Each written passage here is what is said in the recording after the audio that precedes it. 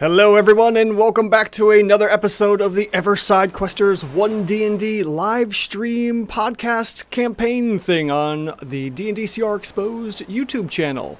Hey, I got it somewhat right tonight. Thank you all for joining us tonight. I know we've got a couple people in chat right now. We got Candy Holic and the Hair Doctor. As always, thank you so much for joining us. And yeah, before we get jumping into this tonight, some little content warnings. This is roughly a PG-13 stream, so you know there'll be some strong language, some violence at times, a little bit of blood and gore, nothing too overly graphic or over the top, and just a general sense of chaos and nuttiness from my players. As always, I am Andy, your DM and GM for tonight's game, and with me as always are my friends and family members. Eric, if you'd like to get us started. Yeah, my name is Eric, and I'll be playing Kurgath Gloryhammer, the Minotaur Paladin. Let me try that again. My name is Mike, and I'll be playing Marcus Bramblefoot, the Halfling Bard. My name is Scott, and I'll be playing Shmebilock, the Rock Gnome Wizard. My name is Sean. I'll be playing Durgon Stonefist, the Dwarf Barbarian. Yes, and we are currently playing the one D&D edition of D&D that is in playtests right now. As of the moment, we are still currently level 2 with everyone here, and that means we are still using parts of the very first playtest packet in the character backstories and origins.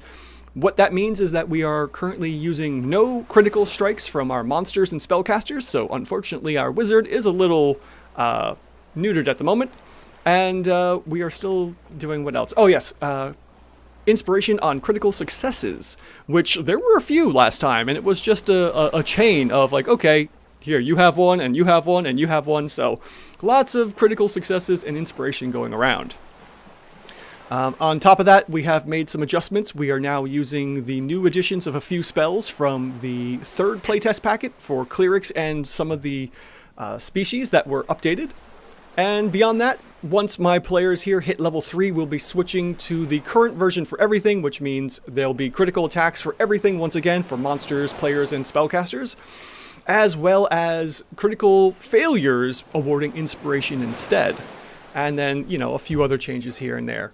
I'm just waiting for the priest playtest packet to be released so we can update Kurgath and see what the paladin looks like. Because at the moment, he has a variation of what the Bard and Ranger are doing, and we've given him spellcasting since level 1. So he's following the same spell progressions as a 1D&D Paladin, as I expect them to be, but at the moment he's still using 5th edition rules for everything else. So with that, does someone want to recap what happened in last week's episode?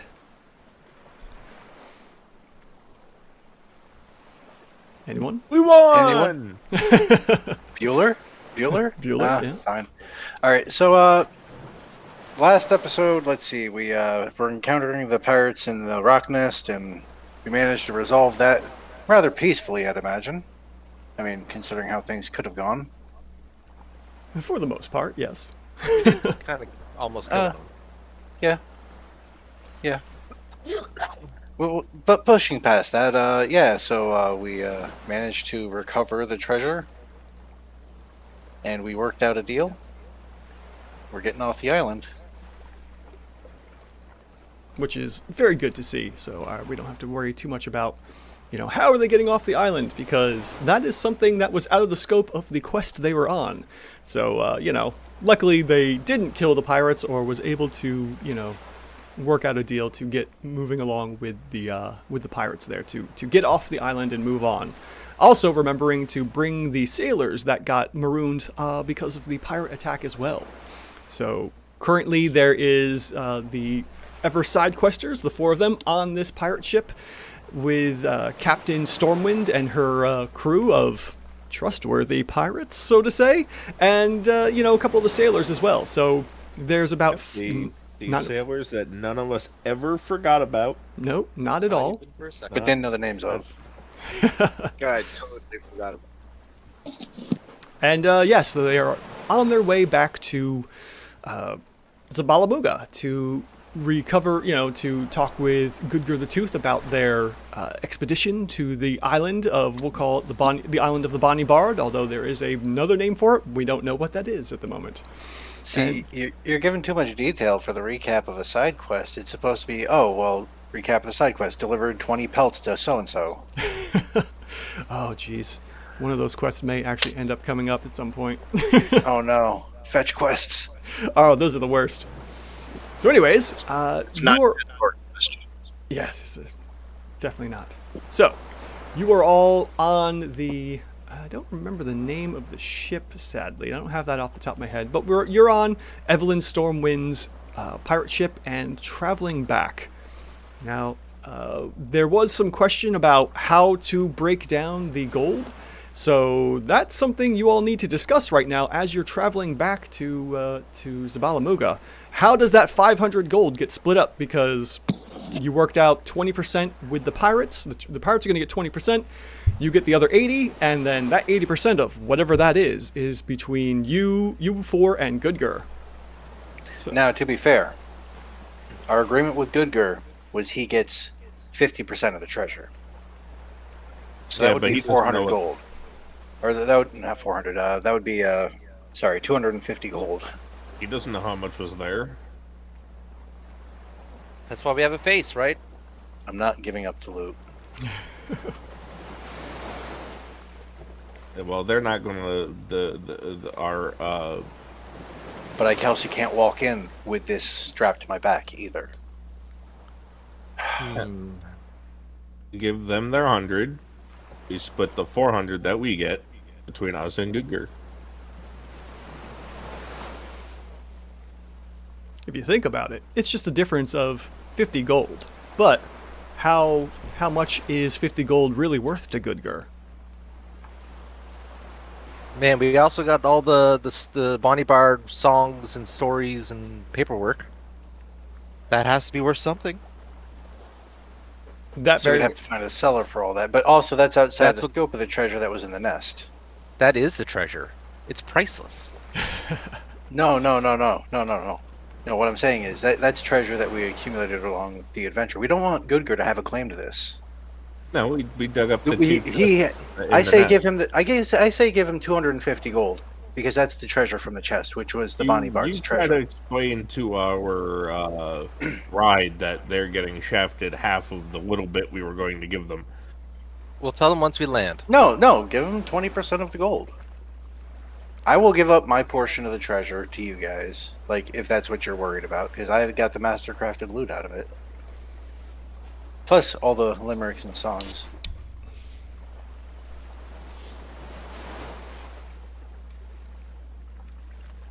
So We're not going to try some elaborate shell game. So basically, you're saying give them 100, Goodger 50, and us 150.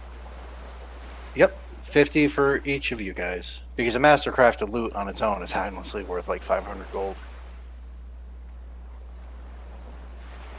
I mean, look at how good. Much more than that. What was that, Shmebulak? I was saying that a regular chess piece can be worth thousands of gold, hundreds of thousands of gold. So if it's masterwork stuff, it's got to be worth more than that. Well, that's what I was saying. The value of it is beyond that of a normal loot. So, well, if has anyone taken a look at the Mastercraft loot to try and appraise it? I can give it a shot, I guess.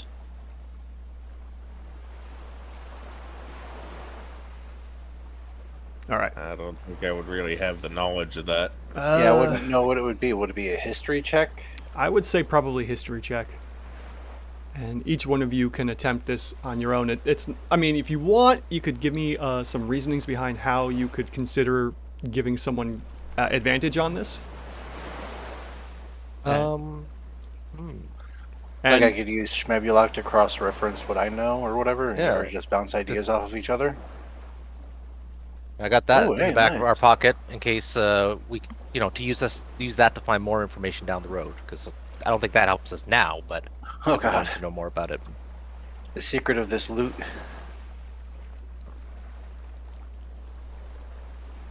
So yeah, I'll do my history with that stuff in mind, just in case you got some extra backstory for us, and if I roll good. Not bad. Oof, yeah, 21 for Schmebulok, and Marco rolled a 5, unfortunately. So, He's got strings. Who else we got here? We got Durgon with a 14. Yeah, I figure I'm proficient in jeweler's tools, smith's tools, tinker's tools. So you'd be able to check on craftsmanship at least. Yeah.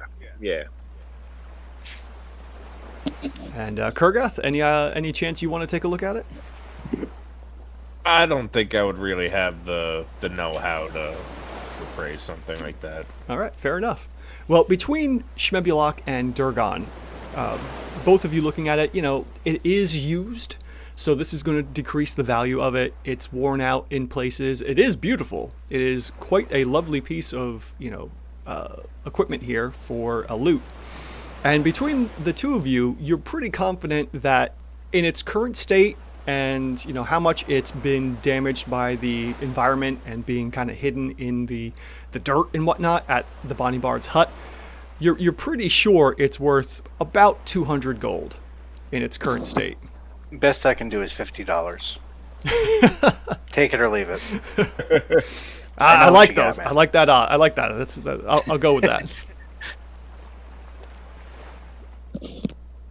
So. Yes, Durgon and Schmebulok, Durgon, you can see with all your tools that you're able to use and what have you, that, and Schmebulok seeing this and knowing, because of your wizardly prowess and intellect that, definitely could easily get 200 gold for this. So there you go. Well, I mean, if Marco is willing to take the loot in lieu of payment, we could see if Good Girl take the 200 as half, and then the 50 left over could go to the ship captain, whose boat was destroyed. Yeah, he needs to talk to Good Girl about that, because I'm sure his boat was insured. Yeah. There's a Good Girl's thick mutual. Yeah, Should we take these pirates with us to Gugur and be like, hey, these are our new friends. They destroyed your boat. Exactly. All right, so let's break it down. What's the final decision here on how the loot's being divvied up? So, are we giving away the Mastercraft stuff? Is that what we have consensus about? Or are we trying to keep it? Well, I believe Marco's going to keep the loot, and I fully agree with that. It just makes sense.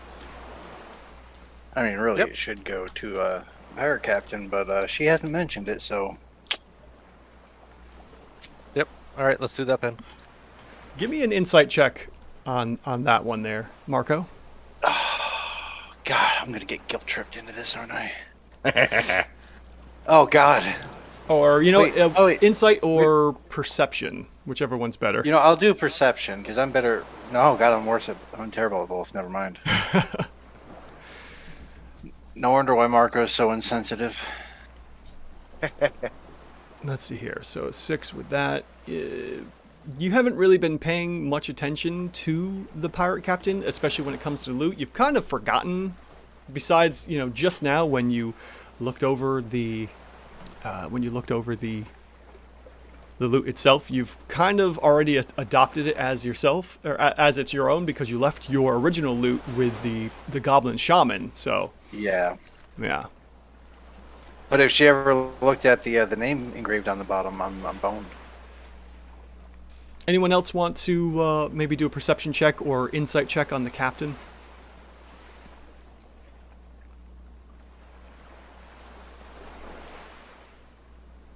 You said perception or insight? Yeah, whichever one's better. Yeah, Mr. Paladin. Keep your rolly in check. I'm equally check. bad at both. +1's better than a -1. So we got an 11 from Kurgath. Anyone else? No, I mean, I'm sort of feeling a little guilty that I almost killed her So All right, so with the insight check, Kurgath, you spend some time looking, checking out and looking over the pirate Evelyn there to see what her thoughts are. And considering the almost imminent death she was in, she doesn't really keep eye contact with the four of you. And you have a feeling that the sooner you guys are off her boat, the better.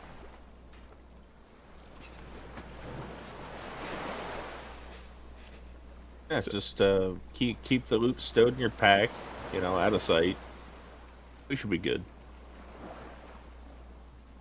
Yeah. All right, so we're going to say 100 gold for the pirates, as Yep. per the agreement. Okay. So Yeah, I mean, we made that agreement. I wouldn't feel right, kind of screw him over. Yeah, we had no agreement with the ship captain, though. That's between him and Goodger. I mean, Exactly. I mean, but Goodger should get the 250, and if he so decides, the 50 then go to the captain. And any sailor knows that there's always the chance of running into pirates. So that's just one of those things that comes with the job. What's important is that we gave him a ride back. Yeah.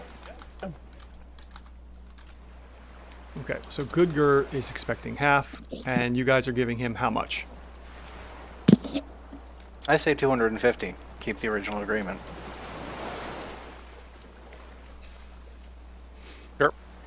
All right, so Goodger's going to get 250, so that leaves you guys with 150. 150. All right, so how are you splitting up the 150?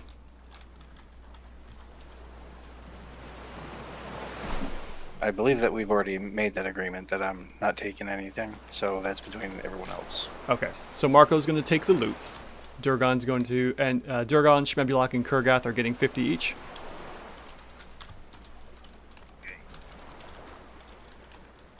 Okay. Well then, you guys can go ahead and add the 50 gold each, besides Marco, to your character sheets. And whoever would like to hand the 100 gold pieces to the pirate, to Evelyn, you can go ahead and do that. And then stow the rest away. Whoever wants to hold on to the rest for Goodger, you can go ahead and do that. Is Ham Sandwich still with us? That's a good question. Did you bring Ham Sandwich along with you? I mean, he's a sentient creature. You can. I don't gotta tell him what to do. He can make his own choice. Well, here's what we'll do. We'll do a D100 and 50 or higher. Well, we'll say 60% or higher. He tags along, and 60, below 60, he stays on the island. All right, 34 it is. So Ham Sandwich, as perches on your shoulder there, Durgan, and you start to row back out to the boat, to the Evelyn's pirate ship. The bird just kind of looks at you for a moment, squawks, gives you a bit of the Bonny Bard's, sea shanty, and then flaps back into the jungle. And unfortunately, your temporary parrot has flown the coop and back home.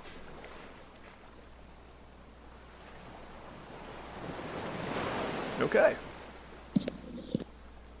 So then, who's gonna give the money to Evelyn Stormwind there?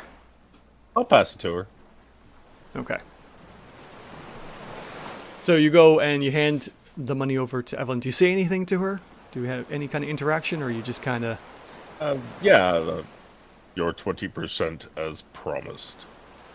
And she looks at you, kind of up at you, because how tall is Kurgath as a minotaur? Kurgath is 7 feet, not including the horns. Oof, okay, so yeah, he's a tall boy for sure. And she looks at you as you approach, and, reflexively almost goes for the sword because, Minotaur, tall, and her being a halfling.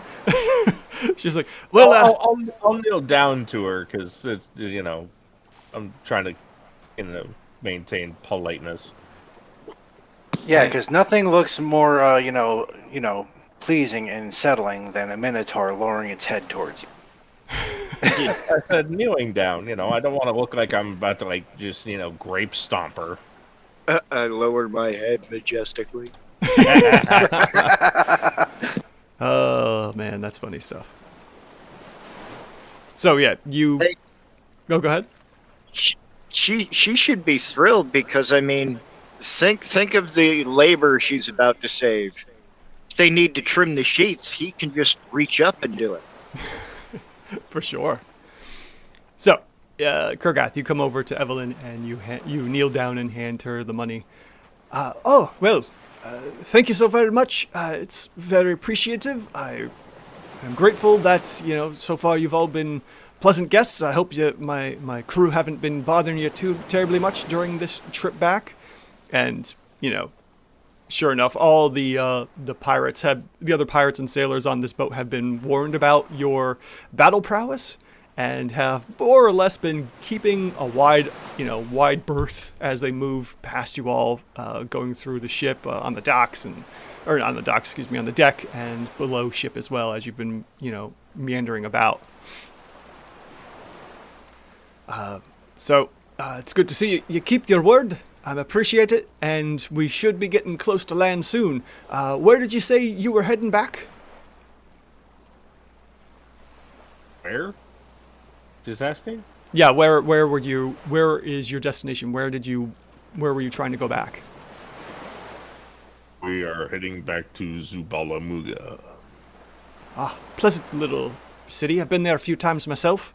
I know they don't exactly have a port, so to say, but we'll be more than happy to get you there as quickly as possible. And you can hear just this tension in her voice as she really wants you off her boat. I will smile at her and nod and walk away. Okay. Let me see something real quick here. Okay. So she continues to bark orders back and forth with her crew and get everything going along the way there. Now, during this, it's going to take a couple days of travel to get back. So, whatever rations you have, the food is meager on the boat themselves. Probably not nearly as good as the rations you have. So if you want to eat with the crew, that's more than, you're more than welcome to do that. Otherwise, mark off any rations. We'll say 3 days worth of time will pass between sailing from the island to your destination here. Is it a ration per day or 3 per day? 1 per day. And we were 3 days on the island, 3 days. 2 days right. on the island. Let's keep track of it. Let's do it. Yeah. Get a little crunchy there. Good thing I bought a bunch. Oh yeah. Whenever I'm playing a character that needs to eat, I always bring at least 10 days worth. Yeah, and I'm getting the hang of what utility items to bring on characters the more I play D&D. So, is there anything else you want to do while you're on the boat, or just kind of fast forward through this? Side quest, so we're just traveling back to a destination and turn it in. Mm-hmm. Okay. So, the days pass pretty uneventful. The waters are pretty calm, as you can see here. Every once in a while, there's just odd blue objects in the sky. I don't know what that's about, unfortunately. Nothing crazy. And you begin to make your way back to the Breakwater Coast, which is the coastline that runs between Zabala Muga down through the areas of the coastline of the Free Cities, I believe it was, or the... let me double check that real quick. What was it? Where is it hiding? The Freelands. There we go.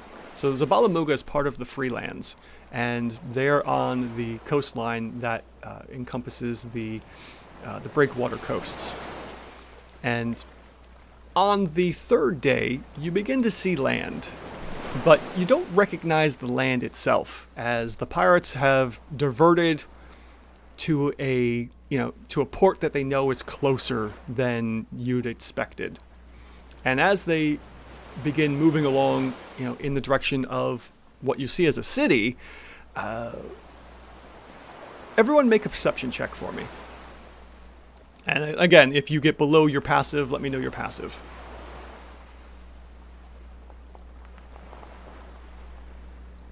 Yes. All right, so this is going to sound bad. My passive is 9. Well, it's a little better than what you rolled. Shmebulok, as you're listening in, Kurgath, maybe not so much, being on a ship and on the ocean, it's not that great for you. Your stomach churns as the boat rocks and moves along. And Durgan and Marco, or excuse me, Kurgath and Marco, there's a hustle and bustle, but the chaos is so much that it's really hard to keep track of what's going on. And you start to hear the captain call out some orders, and there's just this chaos of like, raise the sails, get ready to turn defensively, and then she calls in for she calls out this order of, and make ready the saltwater surprise, and all of the pirates are on deck with you all. And as the pirates are coming up from below decks, they bring the other sailors with you. And Shmebulok, in the distance, as you see the coastline coming up, there's a massive galleon ship heading directly for the pirate ship here. Does it have any noticeable flags, colors, or distinguishing marks? Yeah. Go ahead and give me a history check to determine who the flag may belong to. Oh, can I make an insight check to have something occur to me? So what was that, Marco? Can I make an insight check to maybe have something occur to my character? Sure. Go right ahead. Nope, we're good. All right. So be it. So, Shmebulok, you see the colors, and surprisingly enough, from this distance, you can see them whipping through the wind, and you catch it just enough that this you can see that this galleon belongs to the Freelands Navy, so to say, and specifically with this one, the colors are of the Hopewell Harbor, what's the word I'm looking for? Division. And it looks like this is a military vessel that is coming directly for you all on this pirate ship. And as the sailors are brought up from the ship that Gudgur had, what's the word? Purchased for you all and got ready to sail out, you notice, Shmebulok, that you're being surrounded by all the pirates, and they are putting their hands ready on their cutlasses and swords. And she, Evelyn's about to call out some more orders. Does anyone want to do anything as you are suddenly surrounded by pirates? Can I I have Firebolt as a cantrip. I want to make that like an obvious thing that they could see, and then threaten to burn the sails down. You ain't getting anywhere if you give us trouble. Oh, there's no trouble. Not at all. It looks like we wanted to get you to port, but we can't get you much closer with that big old galleon coming this way. So, why don't you all just take a quick dip in the water, and we can send you off on your way. We'll take rowboats. Yeah, you got rowboats. We'll take them. Again, we can burn your sails. Go ahead and give me an intimidation check. Oh, I'm going to use that. Take it at advantage, or I'll roll exactly. it at advantage. I just got an inspiration. Yeah, he just got inspiration for that D20. Intimidation advantage.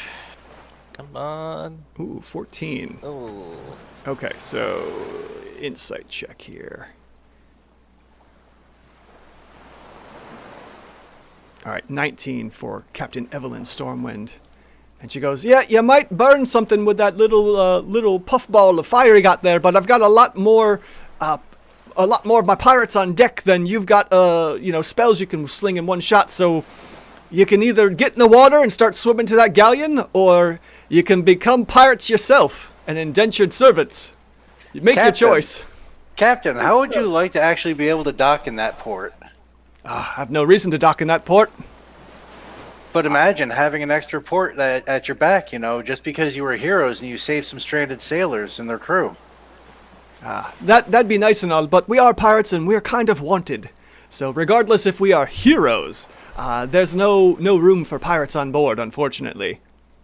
Just for reference, how many of them are there? Easily 20 to 30 pirates on board because there's a lot going on. They do have some cannoners and, the quartermasters, the cooks and what have you. So it's a decent sized ship and there's a lot of pirates on here. And they were just basically holding out because Evelyn said, they almost killed me. We're going to get them to port and get them out of here. Oh, I think we can take them. Yeah, let's do it. I think that, let's just take her advice. It doesn't sound like advice. And if she's throwing me overboard, I'm still going to burn her sails down as I jump off the boat. Well, she points out, it's like, look, you want to burn the sails? That's one thing. It's not going to She can't hear my internal monologue. She can see the aggressive movements that you're making. She's like, if you want, pile into one of these blasted dinghies and start rowing over to that galleon. You've got about 3 seconds to make your move. I'm going to go over and cut the rigging on one of them to drop it into the water or however they release it and jump in after it. All right. So be it. So y'all drop one of the dinghies, one of the rowboats, and head on out in that? Yeah. Okay. So once we're about 80 feet away, I'm still going to shoot a firebolt at their sails. Way to go, Deadeye. So, as you all pour into the rowboat, the sailors and the captain also pile in with you. It's cramped. It definitely isn't meant to hold so many people as, to get you guys back onto the ship from the island. It took a couple trips.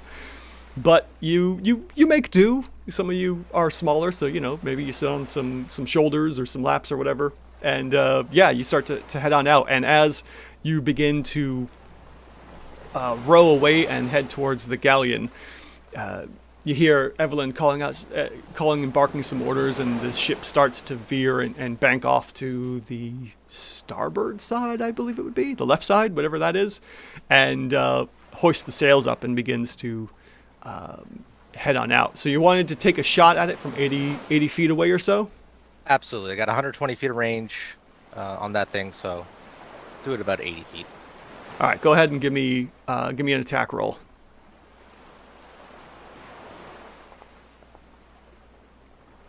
$17. Why did that come up as a... I must have something targeted, maybe myself. That's really strange. I don't know why it's telling me a 23 for, which looks like a crit, which is really strange. Maybe because I turned off crits on, I don't know. Anyways, so yes, you send the firebolt out. Go ahead and roll some damage. And, alright, so it hits part of the sail, and, it starts to burn it up a little bit, but because of your warning, she already had one of her pirates prepped up and climbing up on the nettings to get up there. And you do see it burn a bit, but within seconds, the pirate crew has already put it out.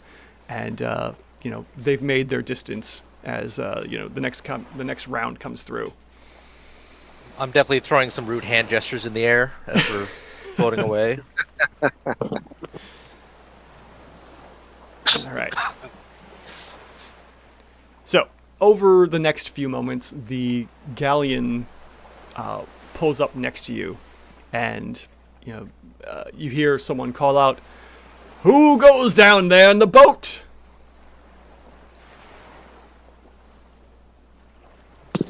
Stranded crew from a ship that was wrecked on an island that was rescued by unlikely allies. be you pirates or?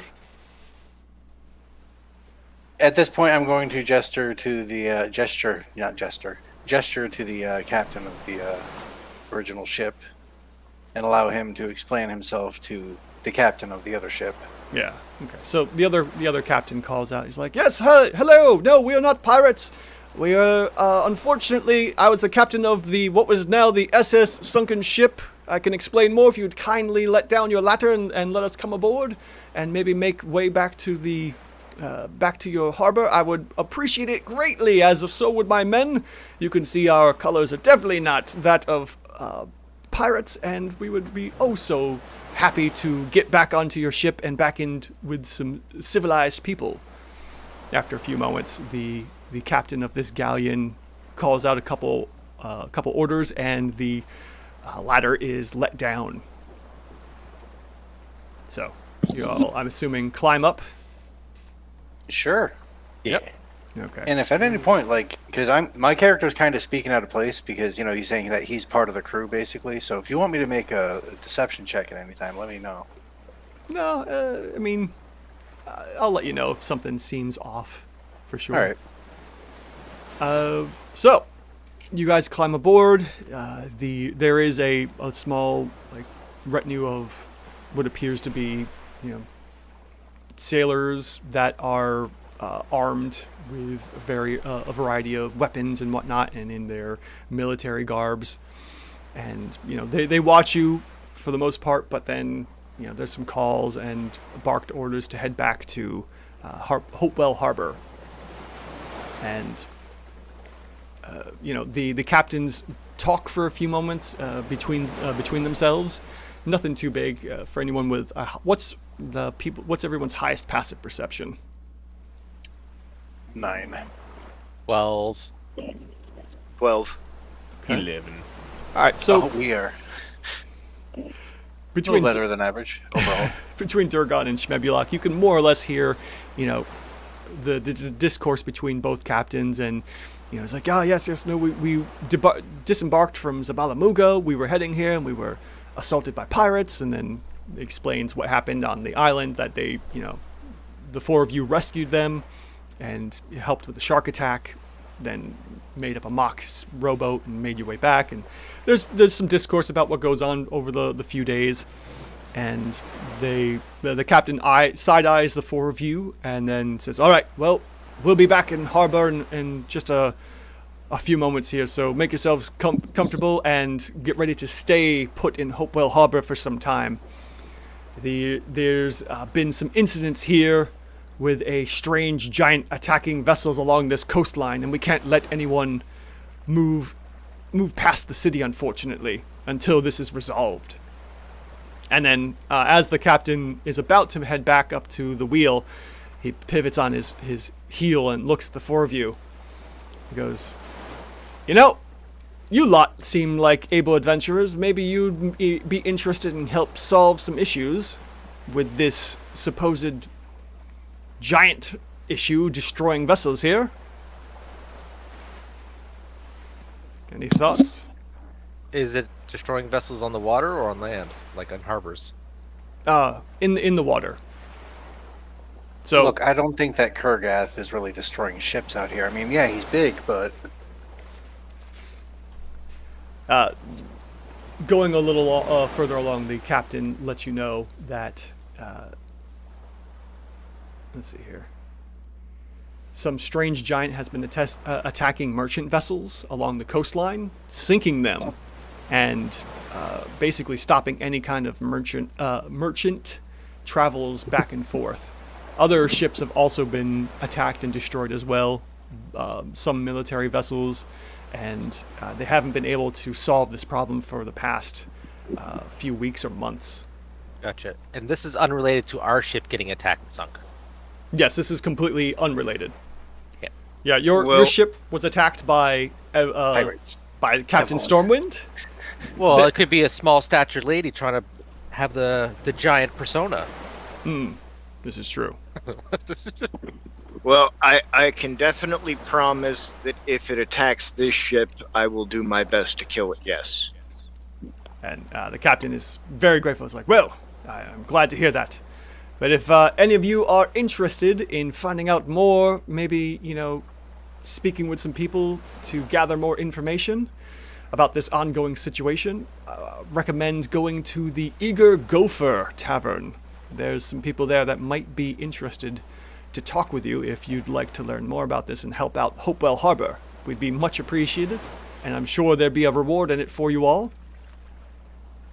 And with that, the captain turns about again, pivots on the heel, and then crisply walks off to the wheel and begins barking out some more orders as the others just go about their business, getting ready to make way back to the city.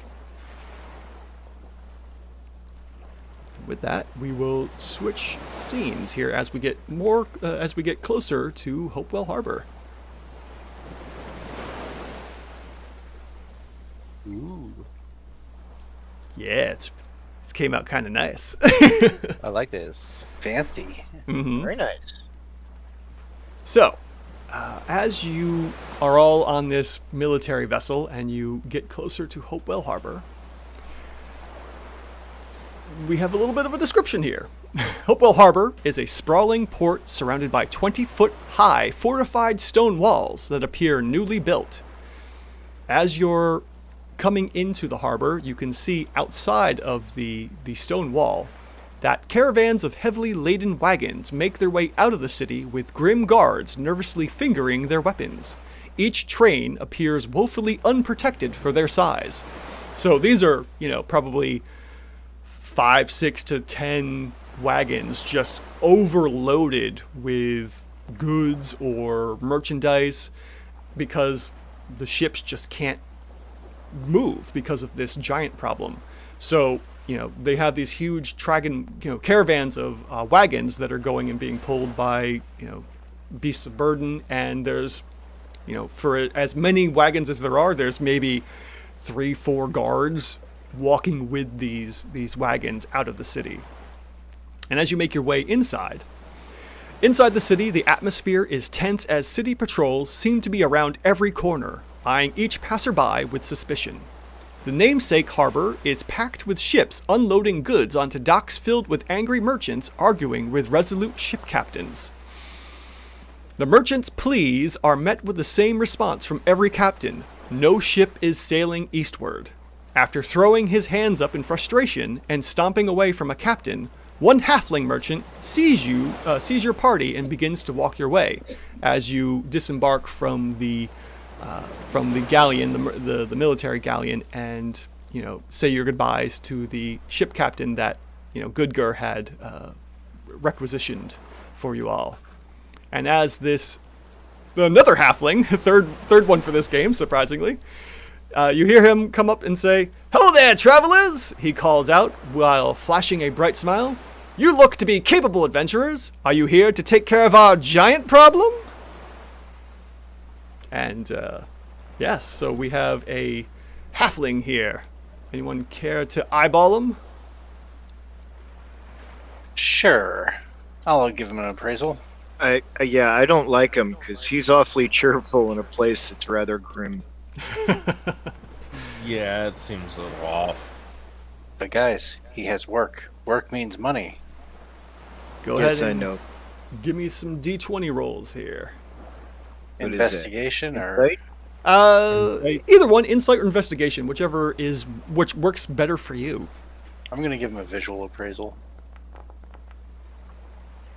All right, so we got an 18, 19 for a dirty 20, another 19. Oh, you guys are really eyeballing the hell out of this guy. Schmebulok? No, I'm good. Not even being subtle about it. Okay. Well, between the three of you, you all notice that something is definitely off with this particular halfling. He wears clothing that isn't of this region. Let's see here. So, he's a plump halfling, curly brown hair. Actually, let me pull up the image here for you so you all can see who you're looking at, because I did make some artwork for him. Oh, there we go. Okay.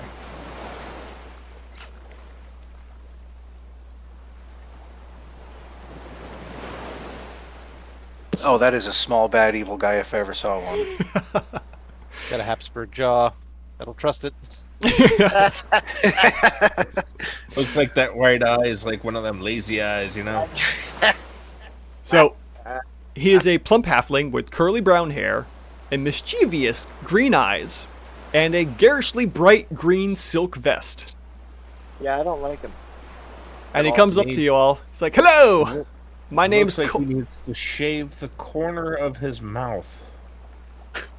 I know, right?" He goes, "Hello, my name's Corridor Moonbarrel, and hopefully you can help us with this giant problem because I would love to move my silks around." Yes, as he's talking, there is something a little shady about him. Something's off. Let's see here. Who rolled insights? Marco, you got an investigation. Yep. With that high investigation, yes, you can definitely tell that the attire he's wearing isn't of this region. You would expect it to be more of the eastern continents, not of this western continent in the Freelands. You might think maybe from, something from the eastern continents. If you want to give me a history check, it's going to be a tricky one to try and recall who controls that area over there. It's actually the Gucci Foot Clan. Gucci Foot Clan, nice. He's selling their knockoff merchandise. Okay. These rolls tonight, Jesus. Yeah, you guys are really banging it. I'm surprised. It's fantastic. I mean, being a traveled bard, I would have picked up some stuff. Probably, Yes. So.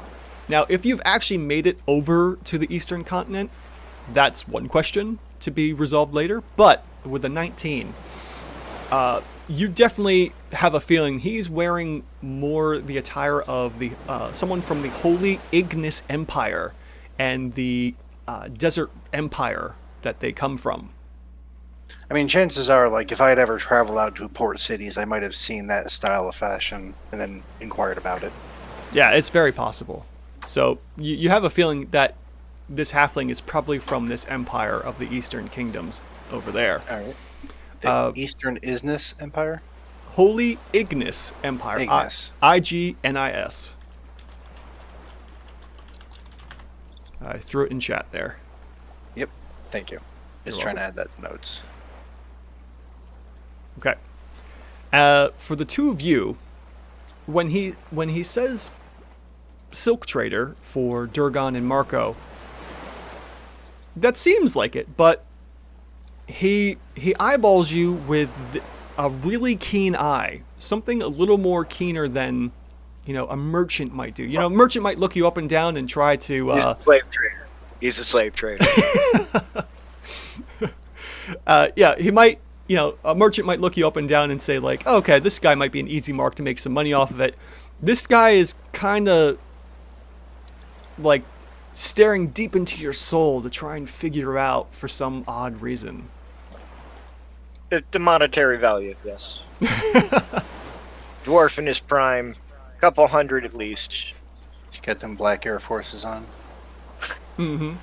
But so he continues on. He's like, yes, these silly merchants, the seafaring merchants, are all crazed about this. The captains and the sea captains here are all crazed about this giant issue and them, trying to sail their ships, and they don't want to lose their ships. I think it's a bit of hogwash. I'd like to get my ship, my merchants and my silk back on the ship so I can move them about.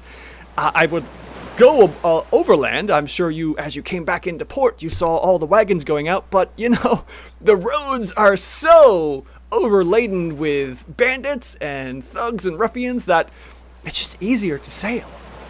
So much easier. So, what brings you to Hopewell Harbor? Oh, well, we were going to make our way back to Zabala Muga to meet with our boss about a mission that we'd recently completed for him, but seeing as you probably get around yourself, I'm sure that you've got some tales yourself, so why don't you tell us what you're doing out here? Well, aside from the silk trade, Well, that's pretty much it. I'm here to bring the silks from the eastern continent over to here to make some money, buy low, sell high, and just trying to bring some money back with me to support the family and the business. That's pretty much it. Nothing too crazy beyond that. The port city here doesn't offer a tidy enough profit? Oh, of course it does. Being here in the Freelands in the Western Kingdoms, I make some good money, but, I need to get to other cities like Zabala Muga, you said, off into the west. I would love to be able to go there too, but none of the ships are going anywhere until that blasted giant has been taken care of. Like I said, well, you can't reach Zabala Muga by the sea anyways. Well, you could get to the port, then travel inland a few miles to get into the city. I know it's not directly on the waters, but it could be, reached. And you said it yourself. I mean, there's no ships sailing east, but you can sail to the west, can't you? Well, I would love to, but unfortunately, all these all of these blasted captains are too scared to sail anywhere, even west, to get to Zabala Muga.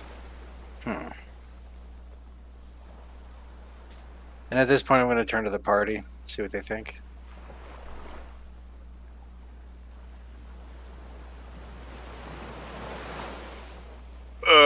My first question would be, has anybody actually seen the thing and know what it is? Well, allegedly, there is one person that might know or have seen it. I think you could find this one particular captain at the Eager Gopher. If you're looking for a monetary reason to take care of this giant problem, I heard that the Merchants Guild here in Hopewell has a potential reward or, a reason to go out and take on this giant for those who have the guts to do it. And you could ask around. Maybe the city guard knows something about it, or even asking more people here at the docks. Yeah. I do like that Eager Gopher, though. That's where I'm staying. It's quite the happening place. It's quite fun. But anyways. Well, the Eager Gopher was recommended to us, so we may as well accompany one another on the way there. I will thank him for his information. Okay. And we will definitely keep you in mind if we need a merchant ship to use as bait. Ha! Well, that's fun and all. I appreciate it. And he gives you a wink and a nod. And if that's all, he will move about and start talking to some of the other people, the sailors that are coming off the ship.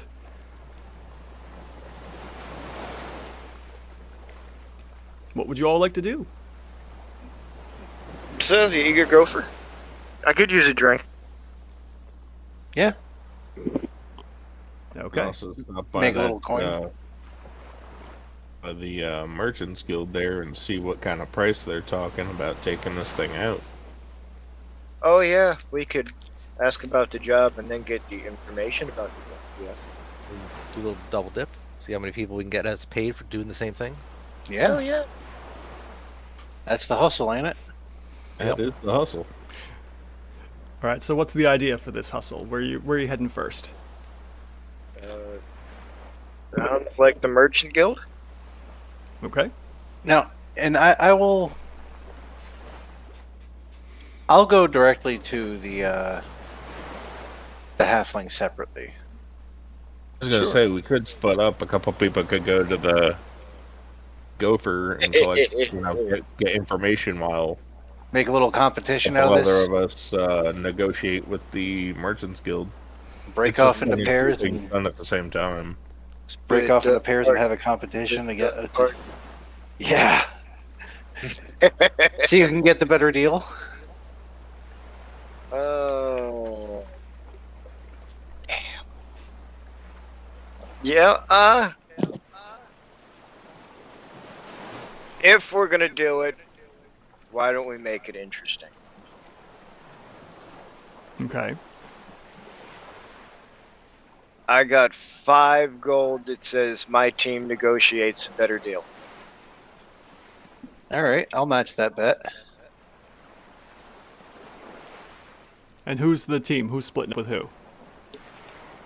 Is it our original duos? Me and my parole officer versus small boys. The parole officer. Yeah, I mean, a little rivalry between our two groups as we originally formed. Yeah. Yeah, Yeah. that's not gonna end terribly.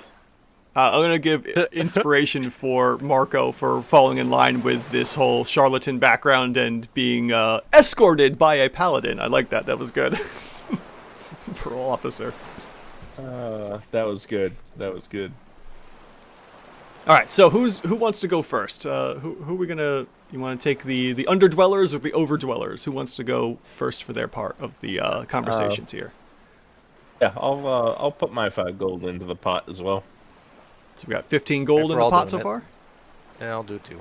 All right, 20 gold it is for this bet here.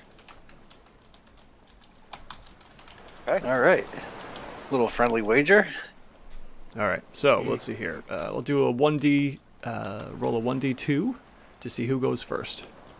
1 will be the overdwellers, being Marco and Kurgath, and 2 will be the underdwellers of Shmebulok and Durgan. All right, Shmebulok and Durgan it is. Where are you two heading off to as you, all the 4 of you, decide to, I mean, make it's pretty this? obvious, right? We're going where the beer is. Well, no, because I think Marco had said he was going to go ahead to the... Okay, if he wants it, then we'll take the Merchant's Guild. Yeah. We'll let them have the easy one, just because we're going to win anyway. So, yeah, to the Merchants Guild. Okay, Merchant's Guild it is. Now, unfortunately, this is a scene I did not prepare, so I don't have a Merchant's Guild preparation. But we fantastic. will go for a city street view here, somewhere along the lines. So let's see But here. can we... Oh, never mind, that's me. I was going to say, can we take this dude's face off the screen? But Oh yeah, you got to get rid of it yourself. All right, so let me get rid of the music here, make a quick update. Pause that, and we'll get ourselves a medieval town going. Oh, I forgot to put in the dock sound. Darn it. Okay. I was gonna say, do they have like a marketplace? Yeah, I got a medieval town one. I also have the Hearth Inn as well. And I have one for like a store. So we got some stuff here. So, Durgan and Shmebulok. You guys begin making your way through the city streets, asking for directions of how to get to the Merchant's Guild. And both of you roll some perception checks and let me know what you get. 14. Okay. 16. Ooh, very good. Yeah, with that, you easily overhear some conversations as they as you are walking about the city streets here. One of you roll me a d6, please. You go ahead, boss. Yeah. Oh man, my cat just jumped in my lap and I think he farted. Whoa, that's terrible. Well, that's how he got up into your lap. Oh, it's concentrated death. Whoa. Okay. So as you're walking along asking for directions between the two of you, you hear a conversation along the streets of Hopewell Harbor here. And someone pipes up a little louder than they should be, and you hear her go, "Yeah, I hear that John Garland, captain of the city guard, sent the dwarven schooner, the Surprise, to take on the giant, but they came back empty-handed. Those dwarves are masters of the sea, so Captain Foambeard must be fuming down at the Eager Gopher." And then, the other partner was like, "Oh man, that's insane. Nothing? They didn't get anything back?" And after a moment, the conversation dies down as you listen in on this, a rumor as you make your way to the Merchants Guild. And before you, we'll say this is the Merchants Guild, this nice-looking building right here with the blue runic markings on top of it. You have the door to the Merchants Guild. Also, as you notice, walking through the streets, Zabala Muga is a very diverse city. Lots of different races here. You're not seeing anything that says like, oh, there's a majority of humans or drow or goblinkins here. There is, lots and lots of different races here, surprisingly. All right. Before I even go in, are there any help wanted, job offered, kill this beast for us signs out on the front? Not on the Merchants Guild, but you're sure that as you were walking through, you probably saw a message board along the way of help wanted and places to get work. Did you want to stop and take a look at that? Only insofar as it applies to this monster. Okay. Go ahead and roll an investigation check amongst all the flyers on this message board, which is basically located right in the center of a cross street here. Yep. All right, 11. Let me get to my notes real quick. Why am I on? I'm on the wrong thing here. That's the one I want. I had the wrong notepad up. Nope, still on the wrong one.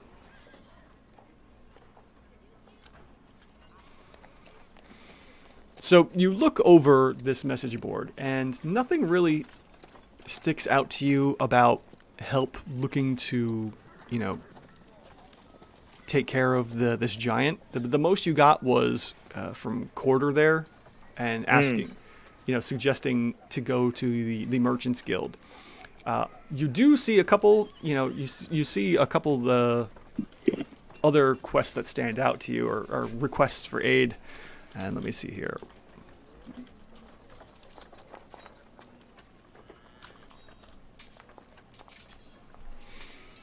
One in particular seems that someone is looking for a group of adventurers to investigate a nearby ruins. But beyond that, that's the only thing you really see right now that looks at all interesting besides what you were looking for the giant. Okay, then I will continue on to the Merchants Guild. All right. So entering into the Merchants Guild, you all... Yeah.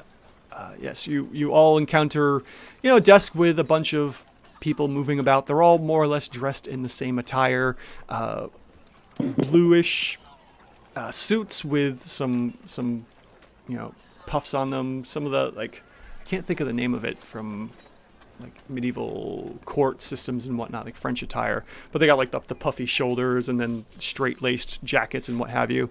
And an elf looks at you. Probably a high elf, female. She looks your way and she goes, yes, can I help you all? Yes, we've heard that there's been issues with shipping overseas lately. Very, very, very astute of you. What about the shipping problems should there be a solution to these shipping problems, that would mean a return to profits for everyone. Indeed, maybe there is. We are some keen adventurers. Maybe we could be incentivized to solve your problem. Well, I do have some information here if you are so interested in ridding this town of its giant problem. There's a bounty on the giant's head, even if it does so exist, and that is destroying and wreaking havoc on our profits here. We have a bounty set of 1,000 gold pieces for the giant's head. If any so adventuring party or military vessel is able to bring us the head of this giant, 1,000 gold prize will be theirs. I'm a relatively small dude. Yes, I see that. A giant's head may be larger than myself. Would a smaller appendage suffice? Unfortunately not. We need proof of this giant, and only the head will suffice. How you get the head back here is of no concern to us at the Merchant Guild. It's just a matter of proving to us that this was indeed the creature causing all this ruckus. Noted. Excellent. Again, do we know if have you heard of any eyewitness reports? We've heard some rumors of some people around town. John Garland, the guard captain, might know something about it, and possibly a ship captain spouting off down at the Eager Gopher. Lots of people there seem to enjoy that place and possibly even know something about this blasted giant. Great. Durgon, you got any questions? Well, the way I see it is if you don't get these shipping lanes open, you're going to start getting into trouble. Well, we will just have to worry about that when the time comes. We always can start sending and, transporting our goods via land. It's not as cost efficient as it is via the port, but we will make do with the results here if we can't get rid of this giant problem. Are you providing the ship to go hunt the giant? Oh, no, we are not. We are just offering a bounty for a reward anyone brave enough to search out this giant and handle it for us. I'm sure you could find some captain down there crazy enough to go out into the waters and search for this giant.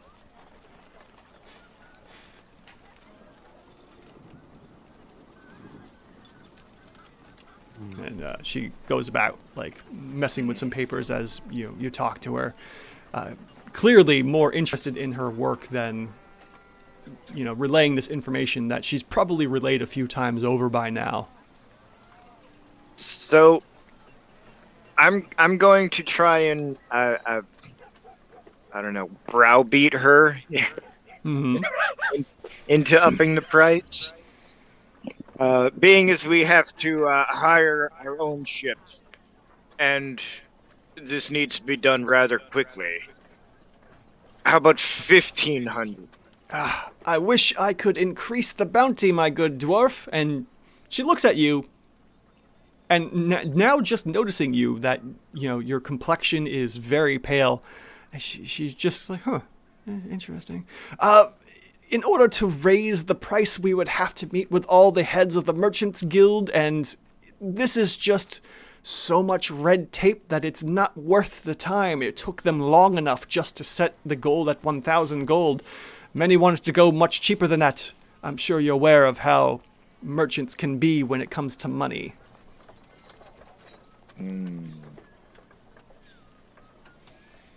Okay. Well, if you can't negotiate the price, how about a free ride to Zabala Muga's port? By ship, I'm guessing? Preferably, if it's faster. It probably would be faster, but sadly no ships are going anywhere. They're coming in, but they're not leaving at the moment. I mean, after we take care of this thing. After, well, if you can bring the head of this giant in, then certainly we could arrange you transport via ship or whatever means you'd like to get back to Zabala Muga.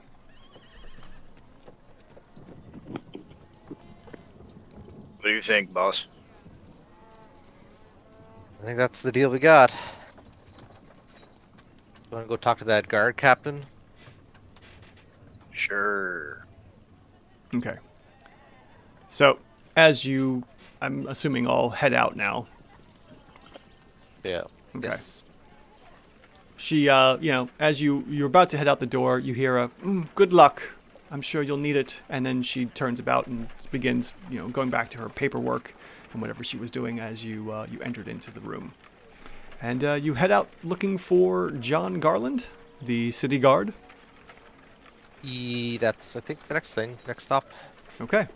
With that, we will transition to the other group and have them see what they're going to do. So you guys are making your way, Marco and Korgath. See, I feel kind of bad for Shmebulok and Durgon because I'm going out here to make a friend, and friendships are priceless. We win by default. True. All right, so Marco and Korgath, you're going to the Eager Gopher, correct? Yes. All right. So let us transition over to that scene.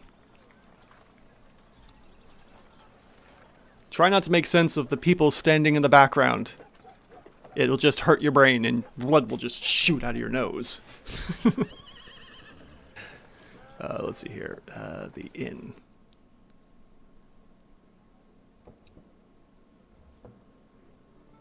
There we go. Okay. So, the Eager Gopher. Let me see what I have for you on that one.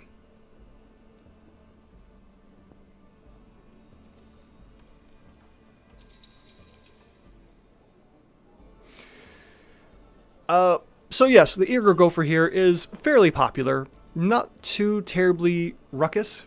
There is a lot going on, some commotion as people move about here and there inside of this tavern. And I just want to make sure I'm on the right scene here. Here we go. Yeah, it's your standard tavern here. Plenty of room to sit at the bar or find some tables on the sides to eat and drink at. There are waitstaff moving back and forth, you know, one or two bartenders, as this is the more popular place to drink and dine at. The place is much nicer looking. There's some lanterns lit hanging from the ceilings, some lanterns on the sides of the walls, and overall it's just a generally nice atmosphere for this particular tavern. No one really pays you any mind as the two of you enter into this tavern, and you have yourself a look around. Oh, hey, check it out. They got stuff on the walls like that one goofy restaurant you like. Shenanigans? Oh! As the two of you are walking to the Eager Gopher, why don't you roll me some perception checks to see if you get any rumors on your way to this tavern? I'm just going to say right off the bat that I'm going to be too busy coming up with witty rhymes and retorts for when I get into battles. Okay. Okay. So. And apparently Kurgath is too. Yeah. Between the two of you, you don't hear any major rumors or anyone talking a little too loud on your way to the Eager Gopher. This is why you keep falling for Ponzi schemes, Marco. So, what do you do? What are you doing now that you're in the Eager Gopher? What's the plan here?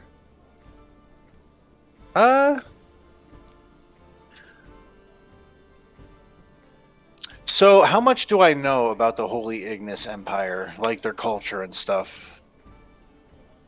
Well, give me a history check. And this would just be honestly like surface stuff from like having encountered maybe someone from the Empire in the past. Well, trying to recall this information about this Eastern Empire, you don't know too terribly much besides, you know, it's a lot of desert region, lots of, what's the word I'm looking for? What I want to know about their culture, what I want to know is their booze and their food. Oh, yeah, you would say spicier foods. Their booze would be on the... Probably like sweet wines or something. Yeah, on the sweeter side to kind of pair with the spicier food. So you would have the savory foods that really get your temperature up, even though a lot of the kingdoms are part of, you know, partly desert. And yeah, the sweeter wines. All right.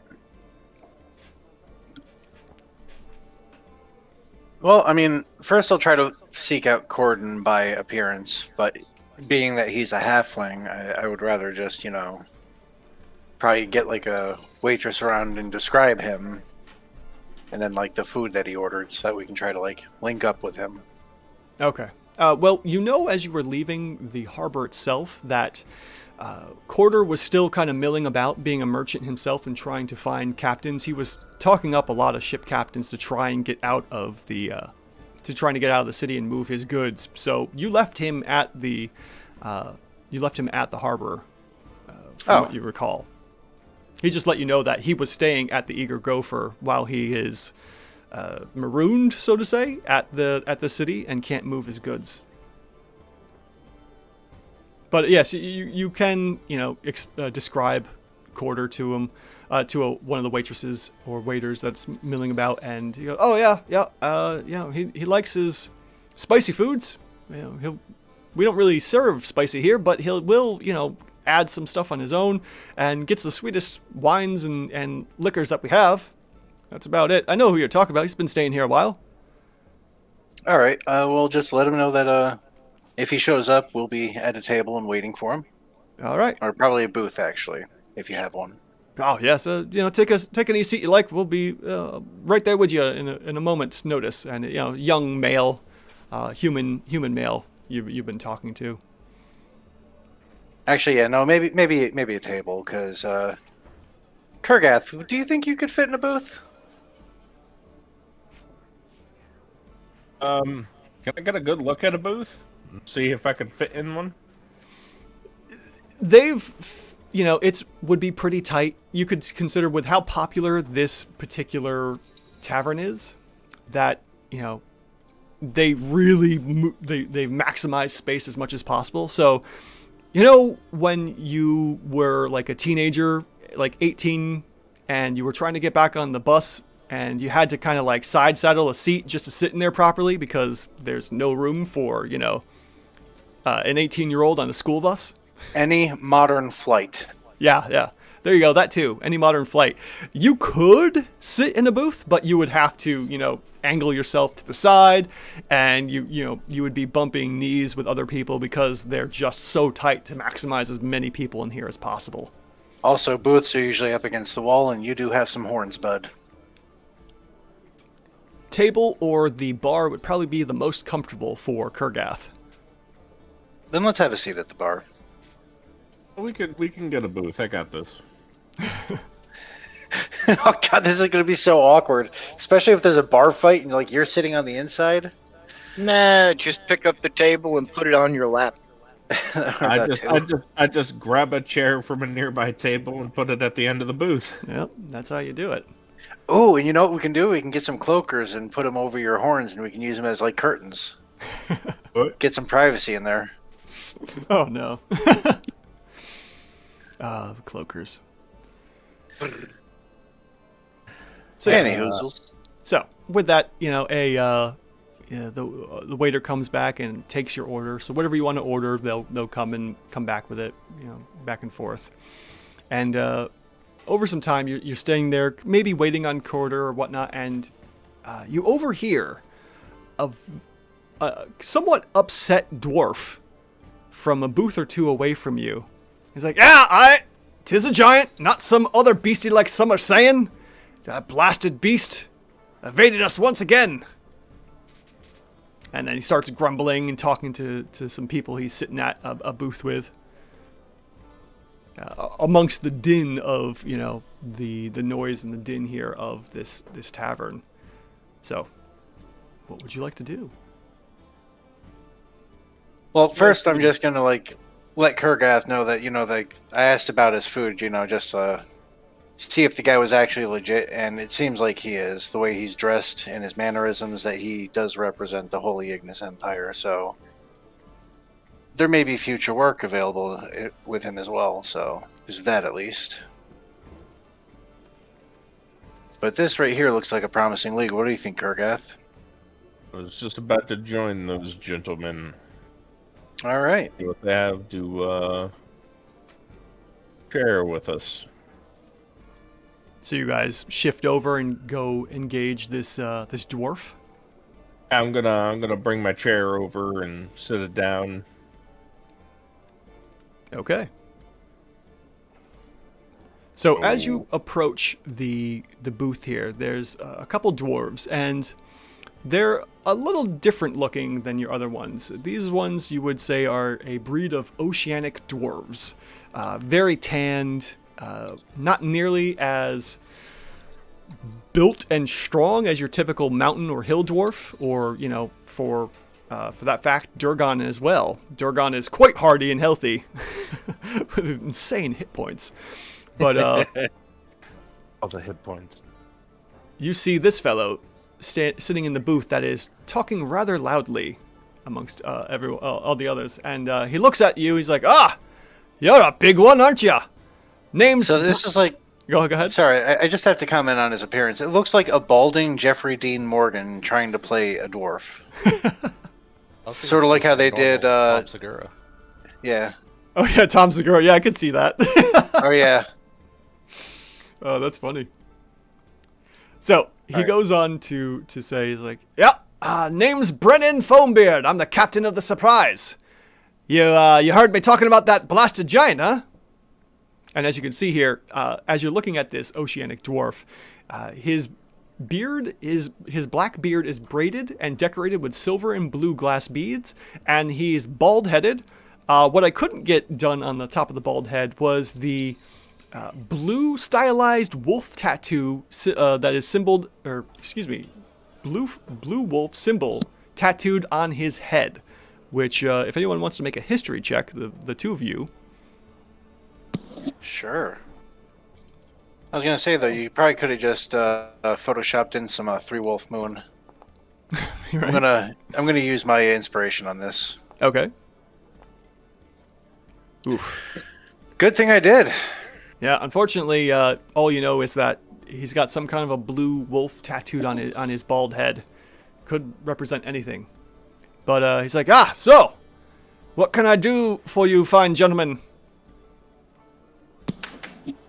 We couldn't help it over here. Yeah, go ahead. Sorry, go ahead. Sorry. We've got too many faces. Go ahead, Karagath. We've heard for a while now about this giant problem. We were hoping that perhaps you had more information on the subject. You know how far out the giant has been seen, the type of giant it happens to be. Well, perhaps. You want to say that one more time? I was checking some stuff and I lost track of what you were asking. I was asking how far out from town that from the city, the port that it's been seen, and what type of giant, what clan. Okay. Yeah, he takes, he grabs his mug and takes a big old, just downs a couple gulps of the ale that he's drinking, and slams back down on the table. This blasted beast, we've been hearing reports as close as, maybe a couple miles off of from the harbor, as far as, 3 or 4 miles. It seems like he's got quite the range. As for what this giant is, we've been hearing tales of a type of sea giant. Not your typical giant like maybe the hills or the stone giants that are in the areas, but a sea giant. I've never heard of one. We've been looking, but unfortunately it has evaded us multiple times now.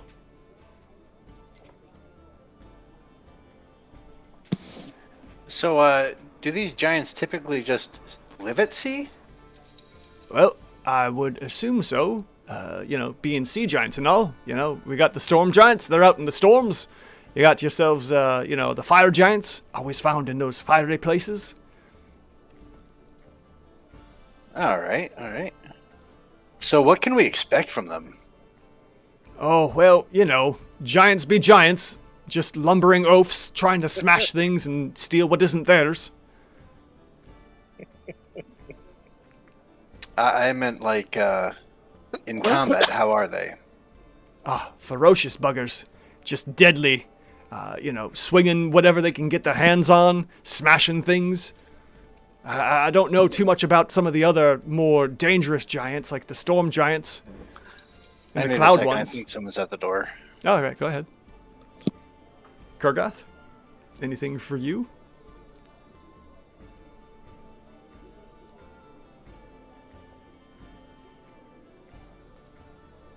So, little dwarf. Yeah, Should big minotaur. We happen to relieve you of your burden. All right, sorry about that. What would that be worth to you and your...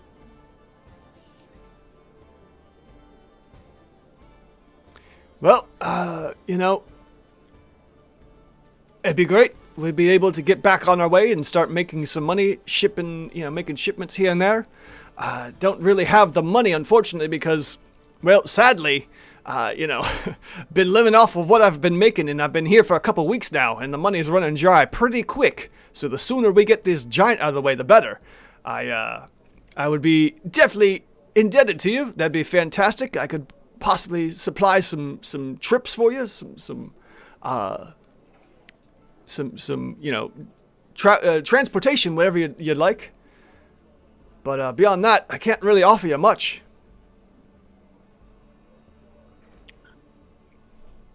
So you would be willing to help us encounter the giants? Oh no, my ship, the Surprise, is docked till further notice. But if you want to hunt the giant, you'll need to find a ship at the docks willing to take you. There might be some other crazier captains that are willing, gonna break the orders here and actually take you out there if you'd like, but not my ship. Nuh-uh. There is another tavern in town that you might want to check for, a captain with looser morals, so to say.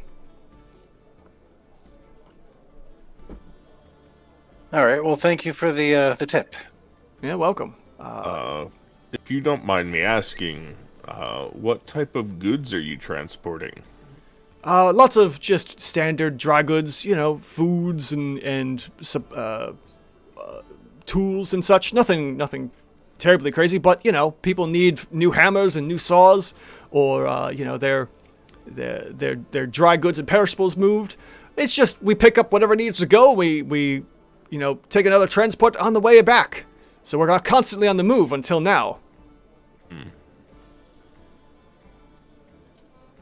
All right, then. I thank you for your time, gentlemen. Yeah, very welcome. You might want to check at the Tipsy Rhino. That place is a little more seedier, and you might find someone, a little more willing to take you out on such a crazy mission. Looks like we're pretty much done trying to find this giant. But good luck to you.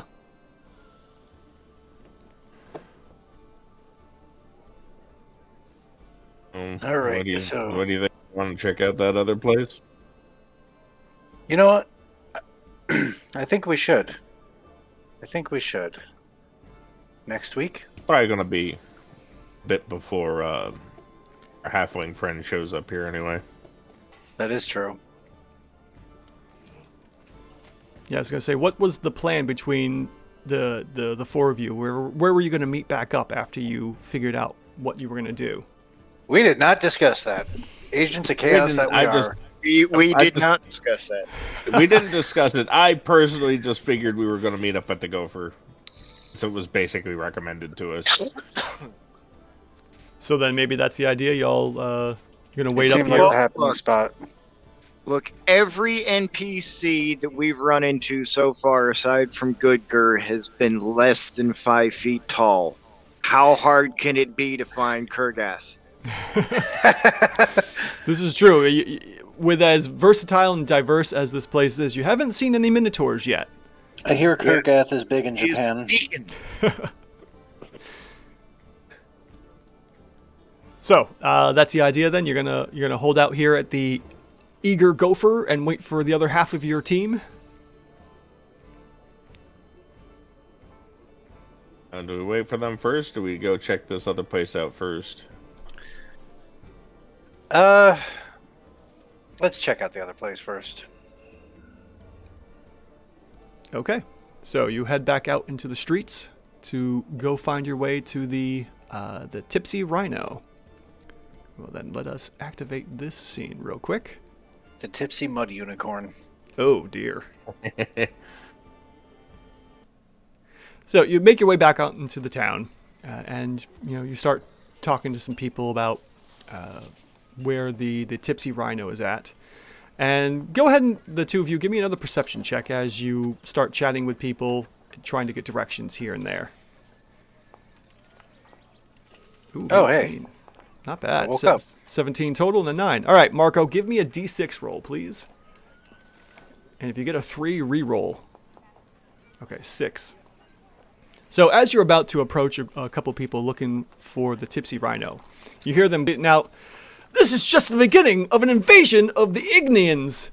They're cutting off our supplies from the east before they attack. They're going to break the peace treaty and restart the Great War. And then, he just storms off this half-elf, and it leaves a couple humans he was talking to just agape as he storms off in a huff. And the humans look at you and you go, can we help you? Classic Doomsday Caller. And Ignians is referring to the Ignian Empire. Yeah. Yeah, Sounds like he's being ignorant. Oh! So, yes, they turn to you and go, can we help you? And it just one of you looms up and looks at they both look at the giant minotaur standing in front of them.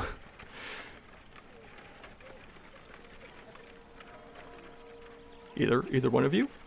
Oh, well, I mean, I figure if they were looking up at the Minotaur, they were addressing Kurgath, so... Sorry, being a little guy, I tend to get overlooked. And Annie, you're being extra right now. Well, yeah, they are agape at first, and then they look down at the halfling. They're like, "Oh, hello. Yes, sorry about our friend there. He's just, worried about things that aren't going to happen. Can we help you?" Yeah, we were hoping to, go to the tavern and find a ship about, to help us with taking out the giant that's accosting all the ships and preventing sea travel. Oh, yes, that would be so helpful if you could do that. I know some people here. I got a couple friends that are merchants and seafarers. But what particular tavern are you looking for? Because there are a few here in Hopewell. I guess you're not from around here. No, we're not. Normally we come from out in Zabala Muga way. Ah, Zabala Muga. Haven't been there. It's a pretty nice enough town. Anywho's, we're looking for the Tipsy Rhino. Ah! Oh, well, I guess you're looking for a good time. So yeah, so he turns, 90 degrees from you and he starts pointing out. It's like, you're going to want to go this way. You're going to go down that road for a little bit and then you're going to take a right. Walk down this alley a couple ways, and he just starts meandering off, and it's like direction after direction after direction. He goes, man, it's a long travel. It's probably going to take you a good week to get there. We'll see you all next week, everyone. Thank you so much for joining us tonight's game. Yes, we will end there. Wait, how big is this place? It is. We are broke from rations just before we ever get paid. Right. It is a massive, massive place. So, as always, thank you all so much to the cast and my friends and family here who have joined us to play some One D&D as I torture them with the changes of the One D&D playtest. And thank you so much for Candy Holic and Herr Doctor for hanging out and chatting with us. And making it a little lively in the chat as we play live tonight. You guys are amazing, and if you watch this to the end, as always, you are also amazing as well. Thank you all so much for watching this, and I implore everyone, if you like the One D&D live stream, please tell your friends, family, anyone that plays D&D as well and is interested to see how the One D&D playtest works out. Come join us for our live streams. It'd be fantastic. Thank you so much. And as always, go ahead. I was going to say, also, I just do want to put it out there. I do want to see folding chairs put in D&D now. Folding chairs. Oh, no. Anyone else got anything they want to add before we sign off? Not that I can think of. Okay. Well, then. If you're enjoying our live streams, I also have the Monster vs. Monster live streams on Monday nights, as well as the CR Exposed shorts and the How to Play Monster shorts as well. So check out the channel. There's plenty to watch. It would be super helpful. And beyond that, I guess we'll head on out for the night. So thank you all so very much. And this is me, Andrew, for the D&D CR Exposed YouTube channel, asking the question, are your encounters even rated? Thank you all so much for joining us, and have a great night, folks. Good night, all. Good night, guys. Good night.